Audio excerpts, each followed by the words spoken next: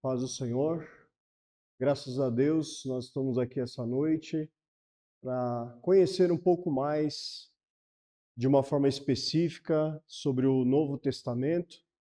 E eu estou agradecendo a Deus pela oportunidade que eu tenho de ministrar a vocês. Eu louvo a Deus porque o Senhor tem preparado esse tempo, essa semana, para esse simpósio e um assunto bem interessante que nos ajuda a nos inteirar um pouco mais a respeito desses movimentos, desses grupos existentes no Novo Testamento.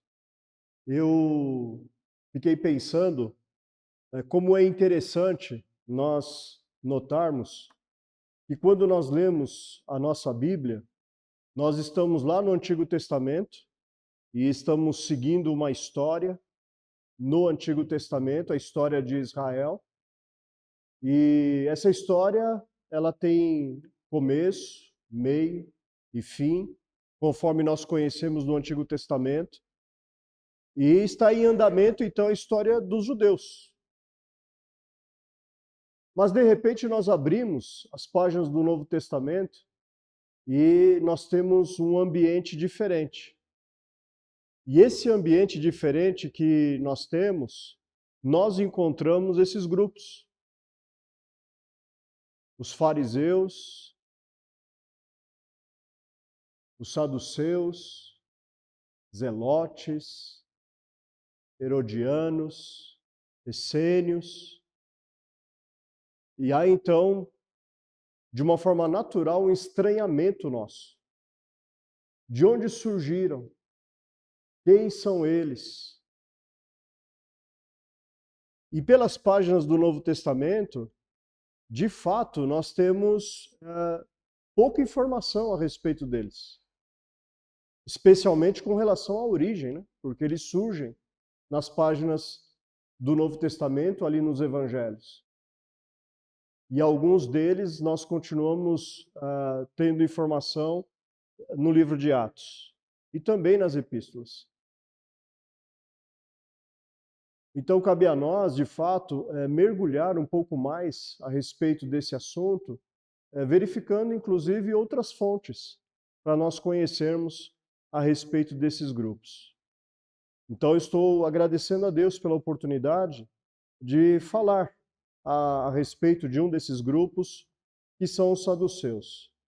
E eu quero aqui apresentar para vocês e falar a respeito desse grupo, como é que ele surge, a respeito da origem dele, e falar a respeito das características deles, sociais, políticas, religiosas, a respeito da fé deles, daquilo que eles creem, e como é que foi a relação deles com o Senhor Jesus, com os demais cristãos, inclusive os apóstolos naqueles dias. Os saduceus, eles surgem na história num período que nós conhecemos muito pouco na Bíblia. O que nós conhecemos naquelas páginas, e são poucas páginas, e é interessante nós notarmos e estarmos atentos a isso aqui. Quando nós terminamos o Antigo Testamento, e nós folheamos algumas páginas em branco, ou algumas páginas com algumas informações extra-bíblicas, para começar o Novo Testamento, nós temos algumas páginas, poucas. Se você conferir na sua Bíblia, você vai perceber poucas páginas que separam o Antigo Testamento do Novo Testamento. E é importante, então, nós nos situarmos ali na história, porque entre o Antigo Testamento e o Novo Testamento, nós temos ali um espaço de 4 séculos. São 4 séculos. E quando nós falamos 4 séculos, pode passar desapercebido a nós o quanto é longo esse tempo. Mas eu quero aqui mencionar para vocês a nossa história, que é a história do Brasil, para que a gente tenha uma ideia e a gente tenha uma referência a respeito desse espaço de tempo entre o Antigo e o Novo Testamento. A história do Brasil, a partir do descobrimento pelos portugueses, 1500, até os nossos dias, são quantos anos? São 525 anos. Apenas 125 anos a mais dos 4 séculos que separam o Antigo e o Novo Testamento. Eu quero que você use isso como um referencial para que nós tenhamos uma ideia do espaço de tempo, de história, que separa o Antigo e o Novo Testamento. São 4 séculos, então, que muitos fatos se sucederam. Nós não podemos nos esquecer disso. E essa é uma época em que os judeus, eles haviam acabado de retornar do exílio e agora eles dão continuidade à história. E nesse período eles estão debaixo do domínio de outros povos. Eles estiveram dominados pelos persas, depois dominado pelos gregos, e nesse período em que eles foram dominados pelos gregos, eles tiveram um confronto muito grande com os seleucidas. E os seleucidas, eles dominaram de uma tal forma que eles tentaram impor a cultura helênica naquela região da Judéia. Antíoco Epifânio, inclusive, profanou o Templo de Jerusalém, entrando no Templo de Jerusalém e erigindo, então, uma estátua a Zeus, profanando o sacrifício. E aí, então, acontece uma grande revolta. Os macabeus, eles dão início a uma grande revolta e uma guerra contra os seleucidas, e é nesse período, então, que se trava essa batalha, uma batalha externa contra os seleucidas e interna contra os judeus que estavam se deixando influenciar pela cultura helênica e passando a cultuar e, de fato, abraçar a cultura helênica. E os macabeus venceram. Eles conseguiram declarar independência total dos seleucidas no ano 142 a.C.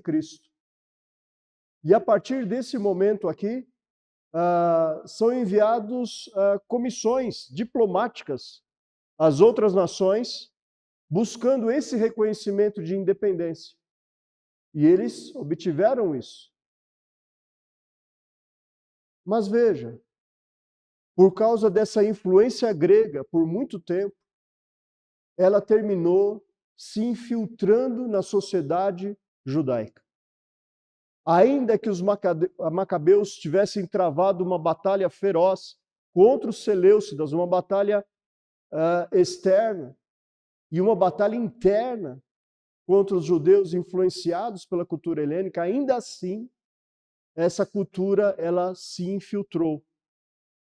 E ao ter se infiltrado, aconteceram transformações na sociedade judaica. Vejamos 2 delas aqui. A primeira, que é decorrente do exílio babilônico.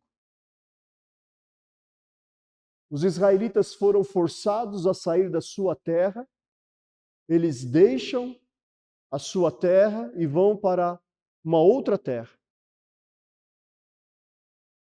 O reino do norte, ou as 10 tribos, Israel, ela foi para a Síria. E com o tempo ela perdeu a sua identidade. Essas 10 tribos são conhecidas como as tribos perdidas. Mas no reino do sul, Judá, as 2 tribos, Judá e Benjamim, na qual a maior proeminência é de Judá, eles vão para o cativeiro babilônico. Mas vocês lembram que no Antigo Testamento Israel tem uma estrutura social muito bem delimitada. Elas possuem as tribos, que são 12. Dentro das tribos há os clãs, e lá nos clãs há as famílias. Depois do período de domínio estrangeiro, durante o exílio, essa estrutura social ela foi caindo, foi definhando de uma forma que muita coisa se perdeu, muita coisa mudou. Então, a primeira mudança que acontece na estrutura social judaica se dá por causa do exílio. E a segunda, por causa da influência grega. A sociedade grega, ela era formada por muitos grupos pequenos. Com certeza haviam grupos maiores, mas na Grécia haviam grupos pequenos que se reuniam e se juntavam por algumas opiniões, algumas formas de comportamento, e eles se reuniam em torno então de uma ideia, e aquele grupo ele ganhava força, ganhava história e ganhava respeito. E isso terminou entrando na sociedade judaica. A sociedade judaica não possuía grupos como havia na Grécia. Mas depois dessa influência da cultura helênica entre os judeus, começaram a aparecer esses grupos. E entre esses grupos, nós estamos falando aqui durante essa semana. Os fariseus, os saduceus, os essênios, eles terminam se juntando e se reunindo em torno de uma ideia. E se constrói, então, uma filosofia, um comportamento, e passam a ter, inclusive, respeito. Nós vamos mencionar, por exemplo, Joséfo, em que, nas suas obras, ele cita esses grupos como grupos que merecem o respeito da cultura helênica, um respeito dos gregos. Eles são apresentados como escolas de filosofia, escolas de pensamento. Então é nesse contexto de pós-exílio que um desses grupos, que eu vou citar aqui e mencionar e trabalhar com vocês essa noite, que são os saduceus, que eles estão surgindo, que eles estão aparecendo. E os saduceus, eles aparecem e se destacam na dinastia dos asmoneus. Joséfo faz uma citação, inclusive, da ascensão dos saduceus ao poder. Porque os saduceus, eles são muito conhecidos pela ligação que eles têm com a classe sacerdotal, com os poderosos, com os ricos. Mas como foi que eles chegaram até lá?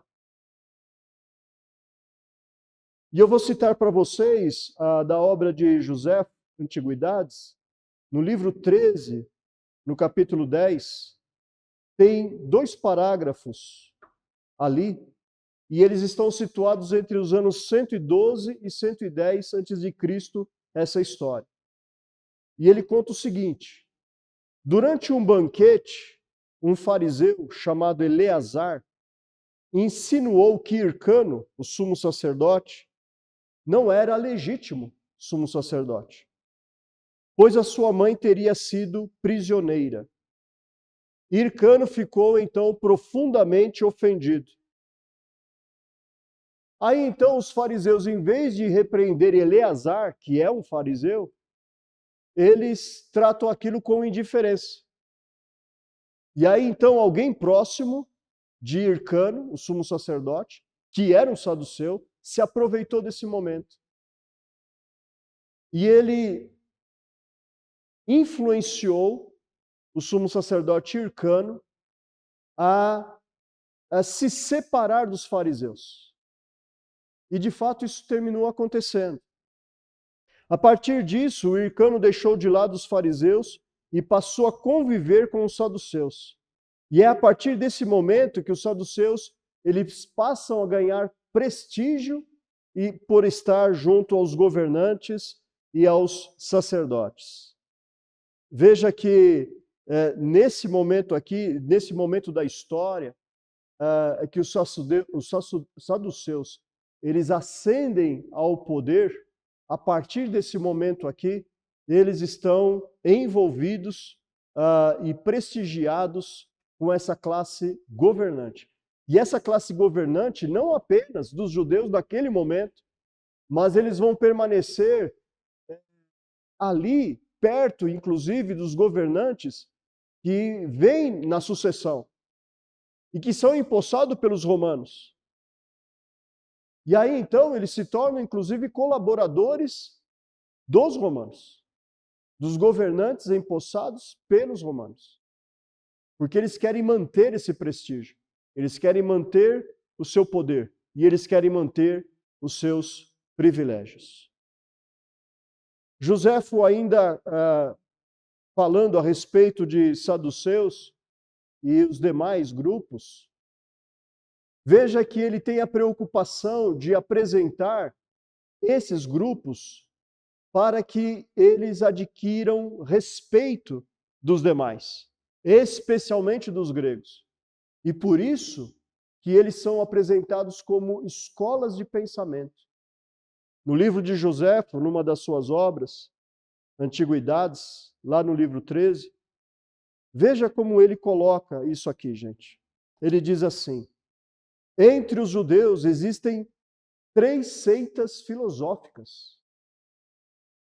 Os seguidores da primeira são os fariseus, os da segunda os saduceus e os da terceira os essênios. Eu vou mencionar aqui o que ele fala a respeito dos saduceus. Os saduceus excluem o destino e sustentam que Deus não tem participação nos assuntos humanos. Tudo está no poder do homem, e ele é o responsável por tudo o que acontece com ele. Eles negam a ressurreição dos mortos, bem como a existência da alma após a morte e qualquer tipo de recompensa ou castigo. Essa opinião é adotada apenas por uns poucos, mas por aqueles da classe mais elevada. Ainda assim, quando assumem cargos públicos, mesmo que defendam essas doutrinas, são forçados a seguir as tradições populares por necessidade. Eu quero repetir aqui o que eu já disse para vocês.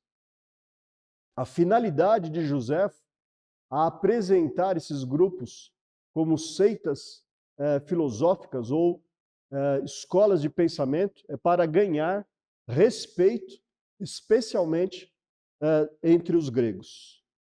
Então, veja que aquilo que ele cita, daquilo que eles creem, daquilo que eles opinam a respeito de vida após a morte, livre-arbítrio, destino do homem, é aquilo que as escolas de pensamento entre os gregos estão discutindo. Os epicureus, os estoicos, os cínicos, eles estão trabalhando com os mesmos assuntos, com os mesmos temas. E Joséfo, ele apresenta essas escolas de filosofia judaica, ou escolas de pensamento judaico, falando dos mesmos temas e dos mesmos assuntos. Por quê? Mais uma vez, porque ele quer que essas classes ou esses grupos ganhem o respeito do mundo grego. E de onde vem esse título saduceu? Há um rabino e teólogo do século XIX na Alemanha, Abraham Geiger, que ele desenvolveu uma tese em que ele acredita que esse nome saduceu, ele tem uma origem na etimologia hebraica, Tzadok. E Tzadok, que significa justo, se refere exatamente ao sacerdote Zadok, que é o sacerdote do primeiro templo, o templo de Salomão. É o sacerdote fiel a Davi e a Salomão. E ele desenvolve, então, a sua argumentação de que os saduceus, então, naquela época, eles são a descendência legítima dos filhos de Zadok, aqueles que deveriam dar continuidade ao sacerdócio em Jerusalém, no templo em Jerusalém. Daí, por esse motivo, os sacerdotes, o sacerdócio, o sumo sacerdócio, ser escolhido a partir de um determinado momento da história entre os saduceus. É muito provável que os sacerdotes que nós temos nos tempos de Jesus, que são citados ali, Anás, Caifás, sejam saduceus. E eles estão em torno, então, dessa classe sacerdotal. Nós não podemos afirmar que todos eles eram saduceus, mas a maior parte da classe sacerdotal em Jerusalém era saduceus. Eram saduceus. E então eles reivindicam exatamente a ideia de que eles são esses filhos de Zadok, a descendência legítima do sacerdote Zadok nos tempos de Davi e Salomão. O Geiger, ele argumenta isso e outros, então, terminam corroborando a sua tese e confirmando aquilo que ele diz a respeito disso. Então, aqui é uma explanação para que a gente possa entender de onde vêm os saduceus, como é que eles surgem e como é que eles se envolvem com a sociedade judaica. Eu quero enfatizar aqui o fato de que os saduceus, diferente dos fariseus, eles são poucos mencionados. Por Joséfo, por exemplo. Nas obras de Joséfo, só existem 6 menções a respeito dos fariseus. Aliás, dos saduceus. E quando tem essa menção dos saduceus é porque está relacionado aos fariseus em contraste com eles. Só existe uma menção que está isolada para falar dos saduceus. Daí, falar dos saduceus exige um pouco mais de estudo e aprofundamento numa situação em que a gente precisa concluir a respeito do que é falado deles. Eu vou me referir aqui aos fariseus. Os fariseus, nós temos fontes que falam a respeito de tradições deles. Os saduceus não. Nós não temos. Nós não temos registro de quais seriam as tradições dos saduceus.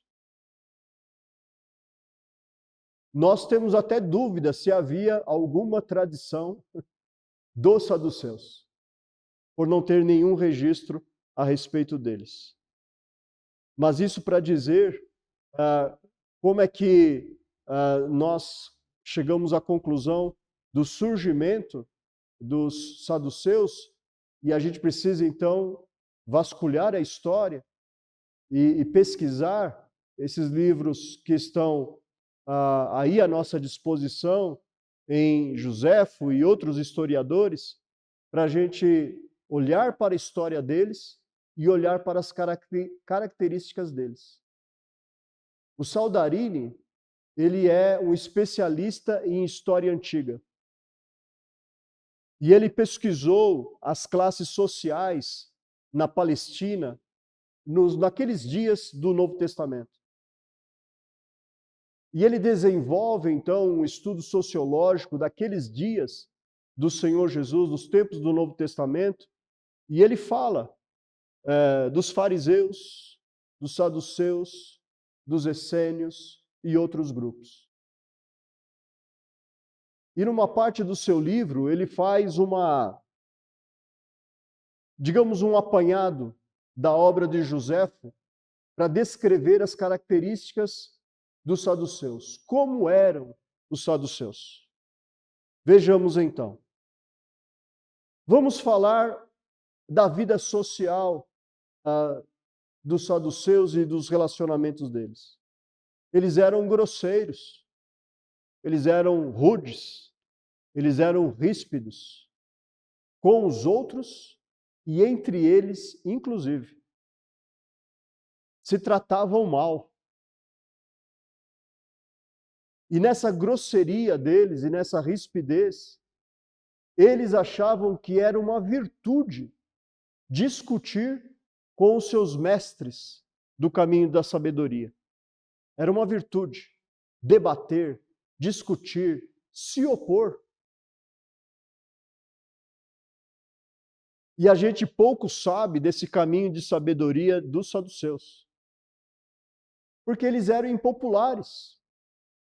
Essa rispidez deles, essa grosseria deles, essa disposição em debate e discussão os tornaram impopulares. E aí então havia pouca ou nenhuma interesse por aquilo que eles ensinavam ou aquilo que eles diziam. A impopularidade deles é tão grande que não é apenas o povo judaico que não quer saber deles.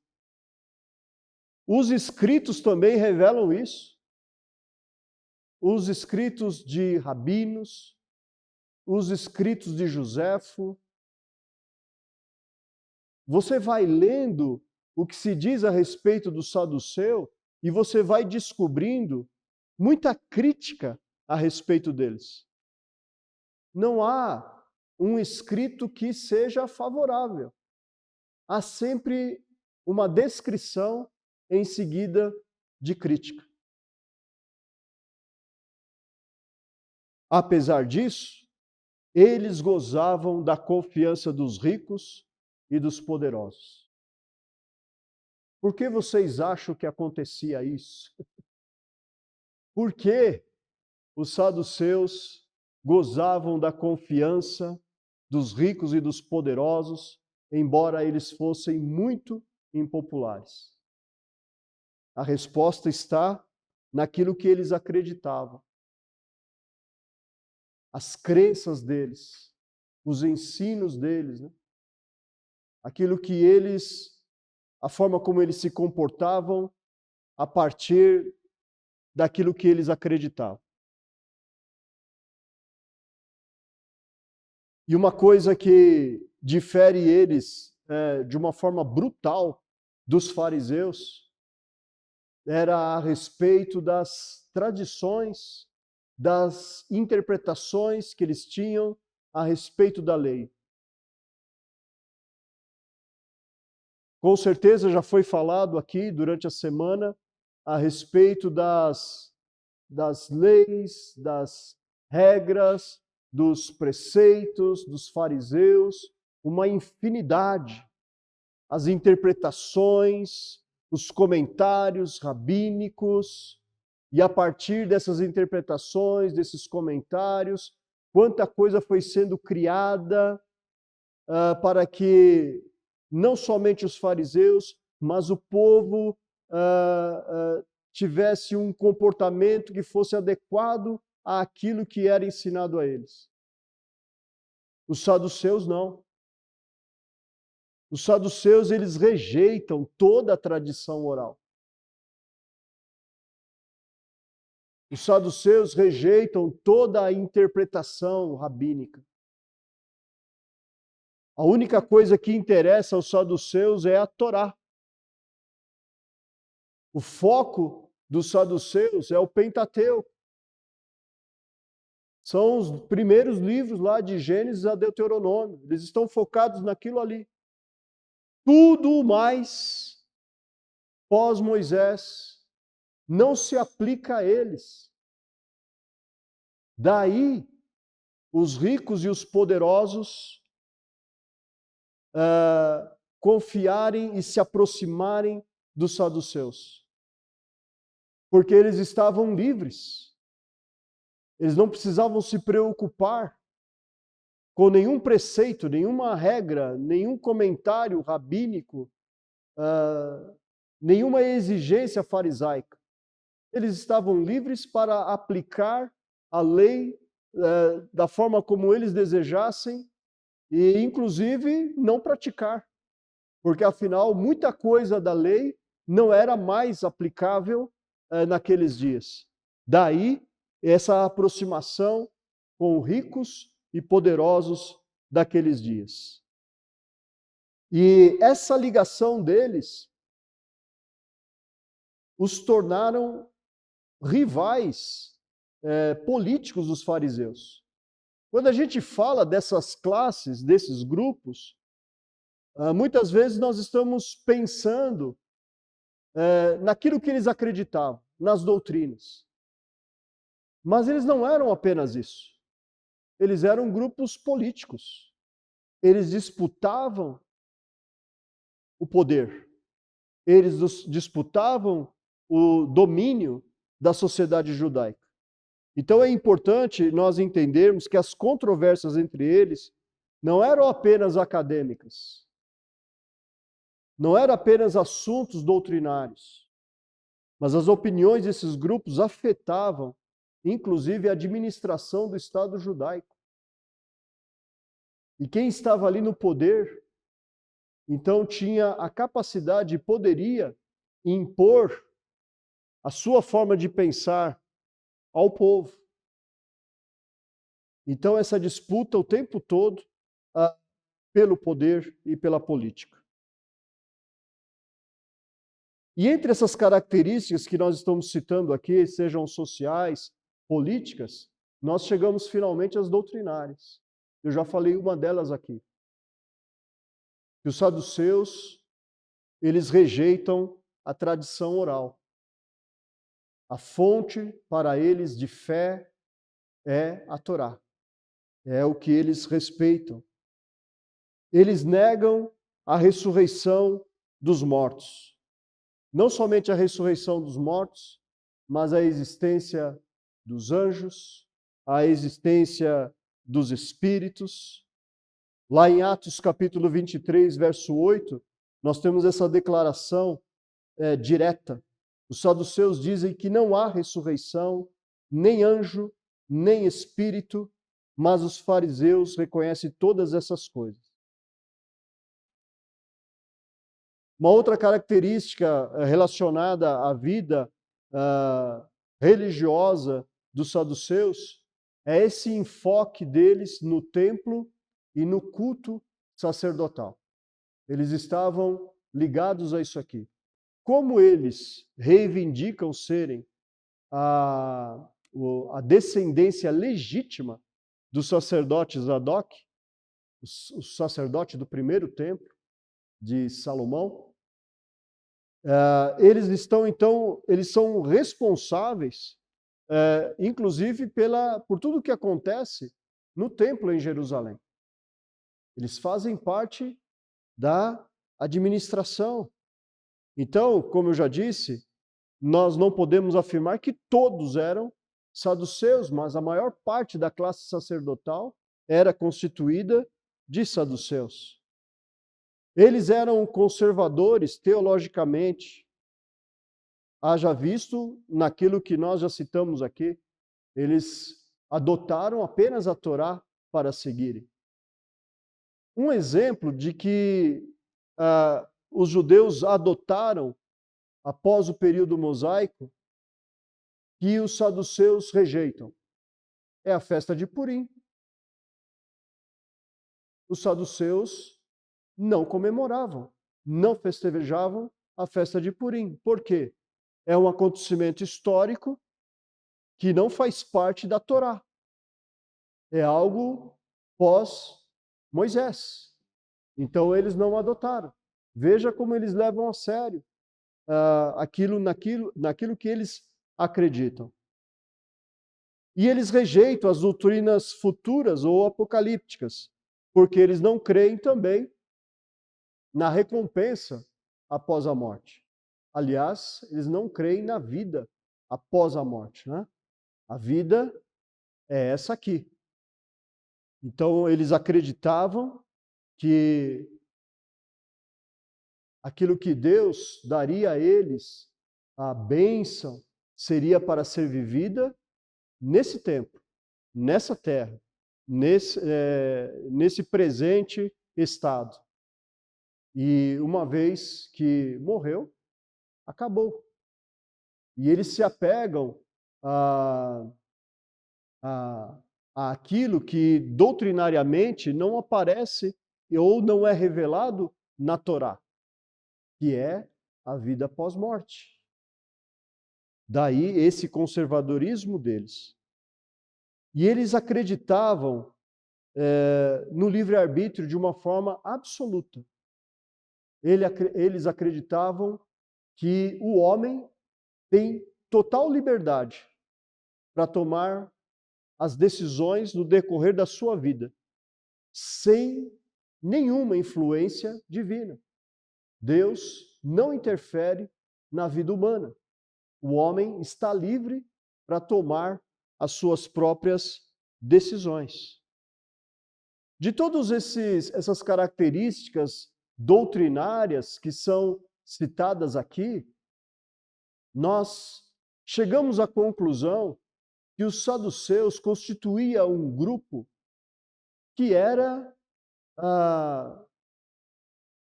muito materialista, ou totalmente materialista, que não acreditava nas coisas de natureza espiritual, sobrenatural.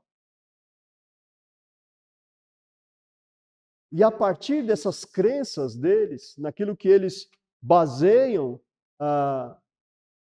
aquilo que eles opinam e pensam, é que os embates acontecem, seja com o Senhor Jesus ou com os demais que estão relacionados a Cristo. E esses embates, eles começam até antes do Senhor Jesus, até antes do ministério do Senhor Jesus. Há uma personagem bíblica que surge antes do Senhor Jesus Cristo, e o surgimento dele provoca embates, que é João Batista. João Batista está batizando no Rio Jordão, e esses grupos se aproximam também de João Batista. Eles vão até João Batista. E João Batista os identifica. E quando os identifica, João Batista os chama do quê? Lá em Mateus, no capítulo 3, versículo 7, ele os chama de raça de víboras. Raça de víboras. E ele denuncia a hipocrisia desses grupos e a incredulidade deles. E os chama a um verdadeiro arrependimento. O embate começa por aqui. Porque eles demonstram uma religião superficial.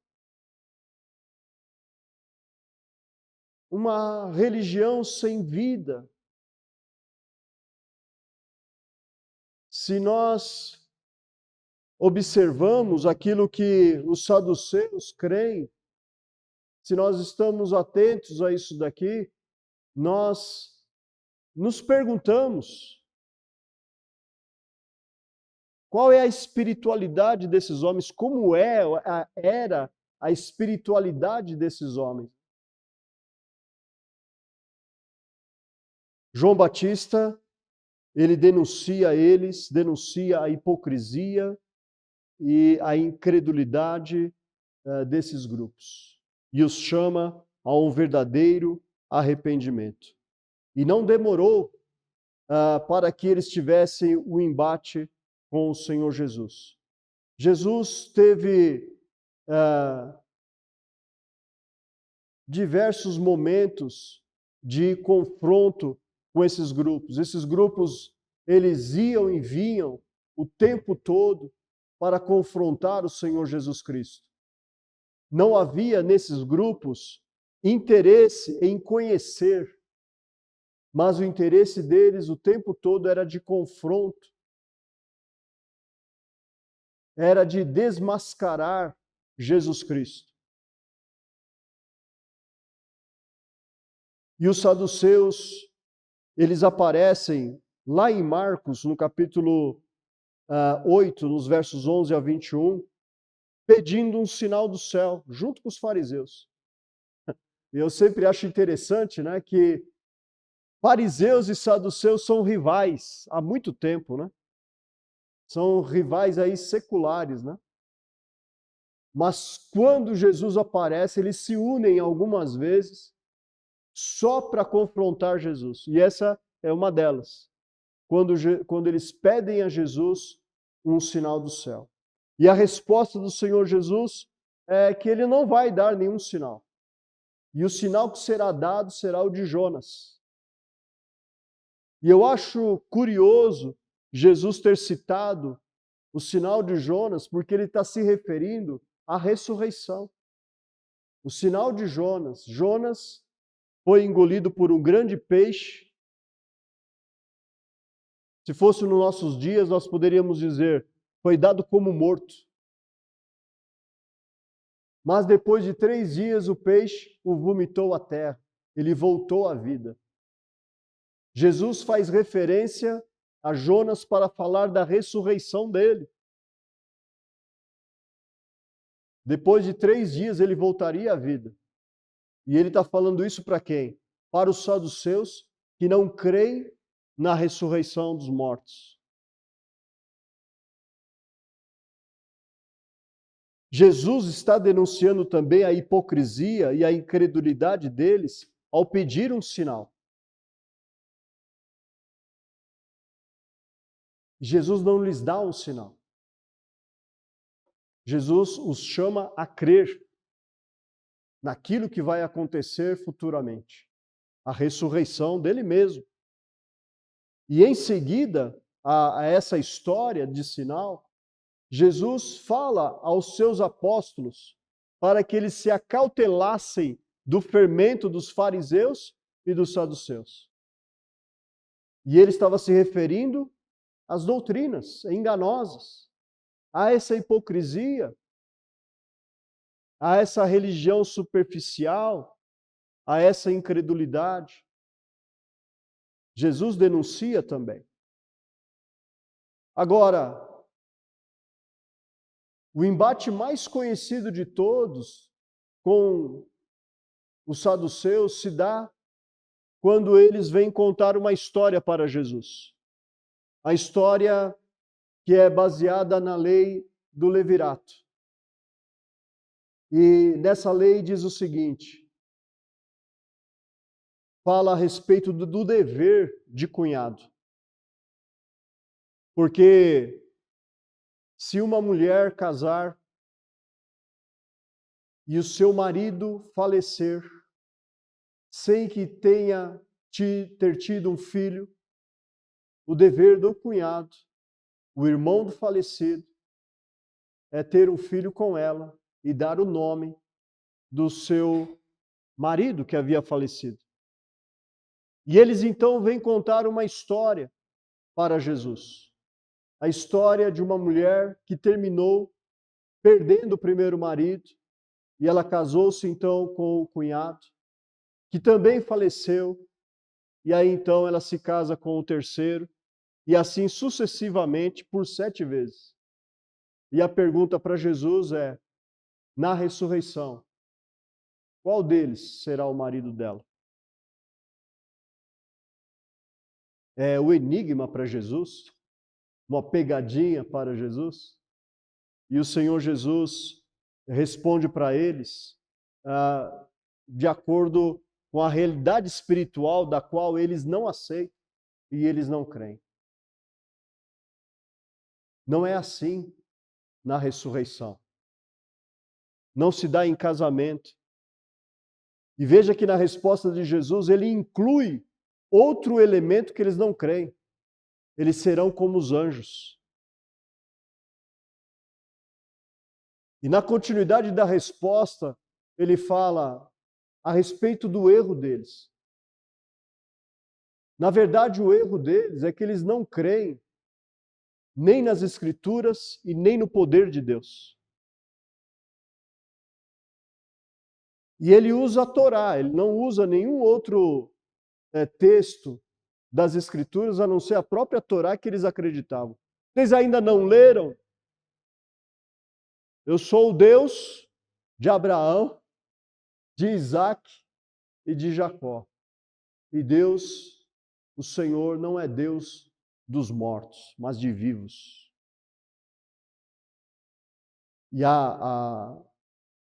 esse final aparece apenas no Evangelho de Marcos, mas eu acho tão importante, porque para mim soa como uma sentença aos fariseus.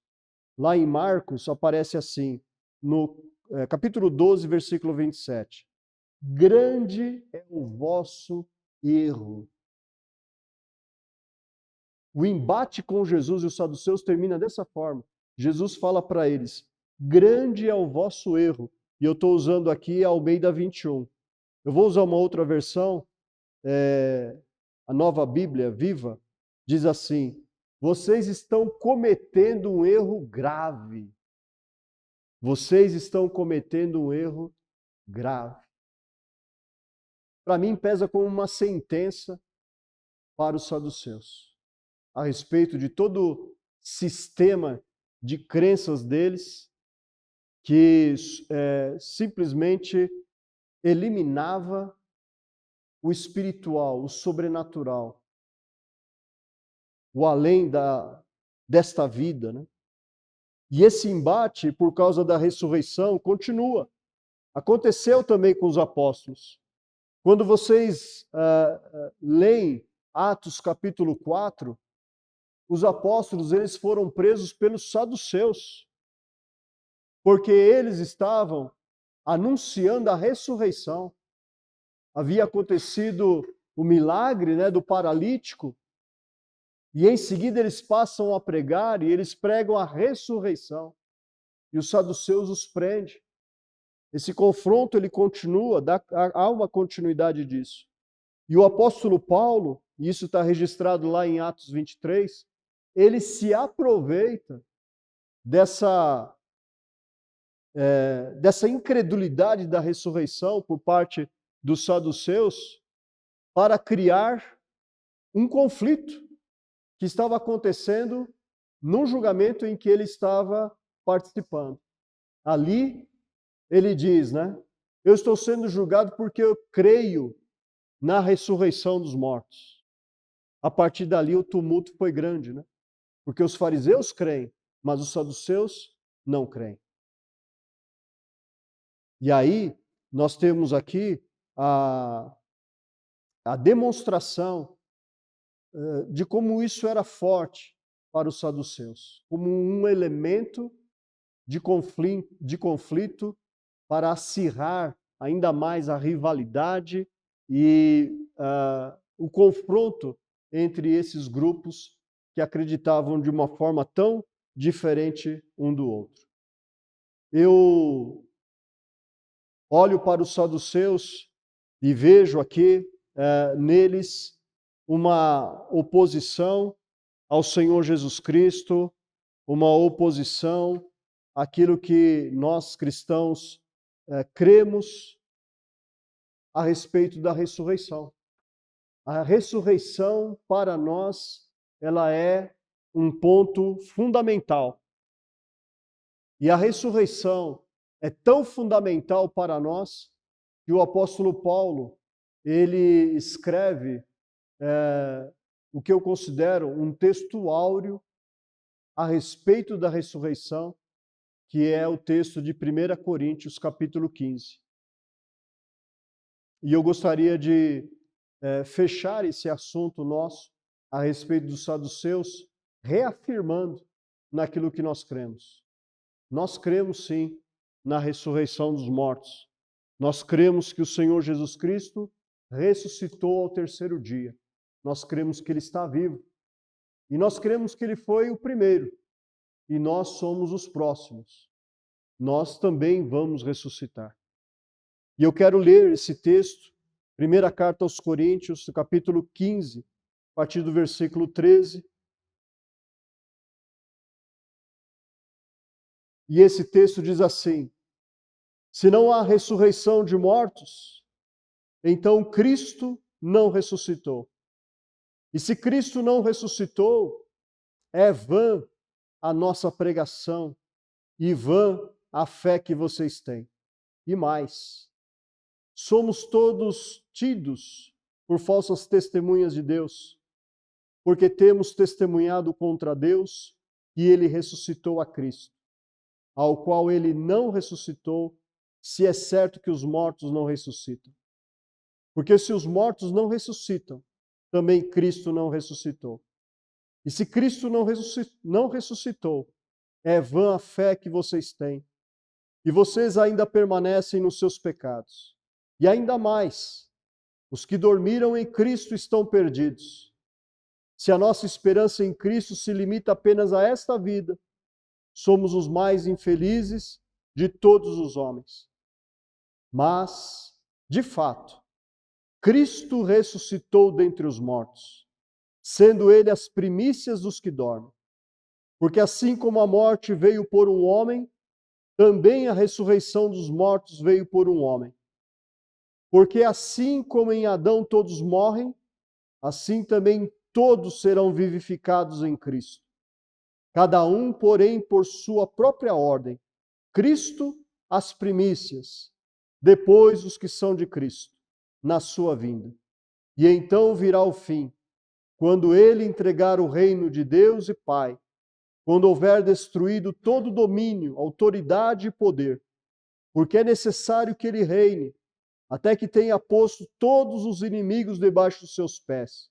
O último inimigo a ser destruído é a morte. Porque todas as coisas Ele sujeitou debaixo dos seus pés. E quando diz que todas as coisas lhe estão sujeitas, certamente exclui aquele que tudo lhe subordinou. Quando, porém, todas as coisas estiverem sujeitas a Ele, então o próprio Filho também se sujeitará àquele que todas as coisas lhe sujeitou, para que Deus seja tudo em todos. Amém.